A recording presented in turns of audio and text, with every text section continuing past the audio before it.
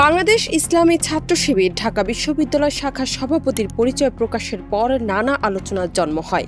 সেই আলোচনার মধ্যেই সামনে এসেছে ইসলামী ছাত্র শিবিরের ঢাকা বিশ্ববিদ্যালয় শাখার সেক্রেটারি জেনারেলের পরিচয়। এস.এম. ফরহাদ ঢাকা বিশ্ববিদ্যালয় ছাত্র শিবির শাখার সেক্রেটারি জেনারেলের দায়িত্বে আছেন। তবে এই রাজনৈতিক পরিচয়ের পাশাপাশি তিনি ছাত্রলীগের পদধারী ছিলেন।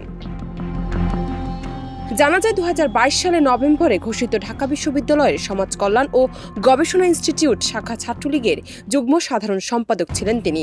ফরহাদ ২০২২-২৩ শিক্ষাবর্ষে কবি জসিমউদ্দিন হল ডিবেটিং ক্লাবের সভাপতির দায়িত্ব পালন করেন।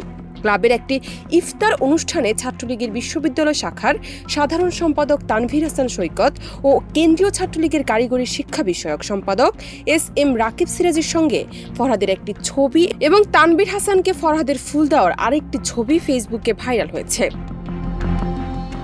এর আগে গেল ২১ সেপ্টেম্বর বিশ্ববিদ্যালয় প্রশাসনের সঙ্গে মতবিনিময় সভায় যোগ দেওয়ার পর ছাত্র শিবিরের বিশ্ববিদ্যালয় শাখার সভাপতি সাদিক কায়েমের পরিচয় সামনে আসে। তিনি রাষ্ট্রবিজ্ঞান বিভাগে ২০১৬-১৭ শিক্ষাবর্ষের ছাত্র। সাদিক ও ফরহাদ দুজনেই চট্টগ্রামের বাইতুস শরফ আদর্শ কামিল মাদ্রাসা থেকে আলিম পাশ করার পর ঢাকা বিশ্ববিদ্যালয়ে ভর্তি হন।